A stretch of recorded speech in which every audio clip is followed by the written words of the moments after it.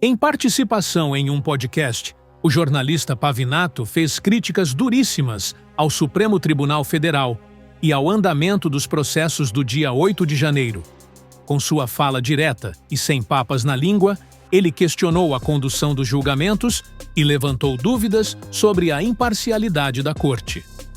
As declarações já estão repercutindo em todo o país e prometem esquentar ainda mais o debate político e jurídico.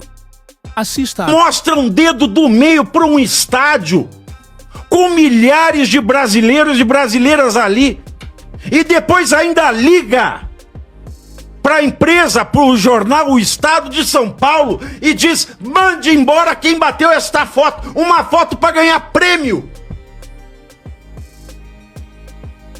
Este homem, ele destruiu o Supremo Tribunal Federal. E às vezes, porque a gente ergue um tom de voz, parece que a gente é virulento. Mas não tem grito de uma multidão que seja mais poderoso que uma caneta de ministro do STF no Brasil. E sempre foi assim. Você pega os trabalhos da Constituinte de 88 e os lê. O poder do Supremo, com uma Constituição deste tamanho, é imenso. Um dedo do meio de um juiz do Supremo mostra que aquilo não pode continuar ali. Que qualquer opinião... Porque o povo brasileiro é um povo sem educação formal. E o Brasil, o Estado brasileiro, assumiu o compromisso de educar, de dar educação para o povo, mas não dá. Então o que a gente vai esperar de pessoas simples? Porque o brasileiro é um povo simples. Quando você fica com raiva e você não sabe como se expressar, você fica com raiva, fala palavrão. Ô, Pavinato, mas isto, ele como juiz supremo, e ele falou o dedo do meio. Ele falou na entrevista do Washington Post que não vai mudar um milímetro do comportamento dele. Né? Você veja. Ele está falando de um caso que ainda está acontecendo. E ele disse que as provas serão olhadas, tudo vai ser analisado. Foram ouvidos 179 depoimentos e que tudo está sendo feito de acordo com a lei. Veja, né? O depoimento do Cid. Quando ele fala, quero lembrar aqui que o senhor, se o seu depoimento for satisfatório, nós vamos cancelar o acordo de não fazer a persecução criminal contra sua mulher, sua filha e seu pai. O que é isso? O que é isso? Como diria Maria do Rosário com Jair Bolsonaro, o que é isso? O que a lei brasileira estipula em acordo de delação premiada? O acordo não poderá ter benefícios que ultrapassem o indivíduo do colaborador. Então a lei proíbe uma homologação de um contrato de colaboração que coloque filha, pai e esposa. E ele acha isso natural. E quando a gente faz a pergunta certa, e a lei? Por que o senhor não aplica a lei?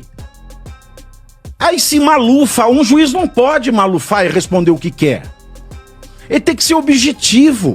Não há Estado de Direito sem objetividade. Eu acho que daqui a pouco nós estamos invocando a tonga da mironga do cabuletê para dar decisão e pirueta nesse país. Você acha que ele vai condenar? Primeiro, ele vai condenar Bolsonaro? Ele já está, o Bolsonaro já está condenado. E vai condenar com a pena máxima? Bom, se você perguntasse isso para um jurista, eu falava, ele não poderia nem estar processando. Bom, porque perdeu o prazo, perdeu-se o prazo. Mas ele está, esse é o fato. E isso é crime de abuso de autoridade. Mas tá. Lei de 2019. Mas tá, isso é fato. E aí vai ter o julgamento. Aí vai ter o julgamento. Você acha que ele aplica a pena máxima? Porque se discute muito também. Ele pode fazer tudo. Ele pode pôr até pena de morte. Do jeito que está o Brasil, ele pode escrever até nesse caso a cadeira elétrica. E tem gente que vai fazer assim, veja. Se discute o peso das penas às pessoas que invadiram a área dos 3 tribunais. Sim. E foram condenadas a 14 anos, a 17 anos. Se discute muito o tamanho dessas penas em relação aquilo que foi comprovado ou não. Foi comprovado no mínimo que as pessoas estavam lá. Mas tem outras coisas lá que foram incluídas nas investigações, do inquérito e no julgamento. Você acha que em algum momento vai se voltar a discutir a pena destas pessoas? Não tem como. Juridicamente não tem como. Porque é tudo nulo.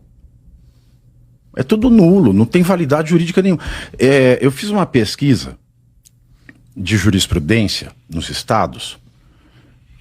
Sabe quantos % de traficantes que são presos traficando com fuzil na mão?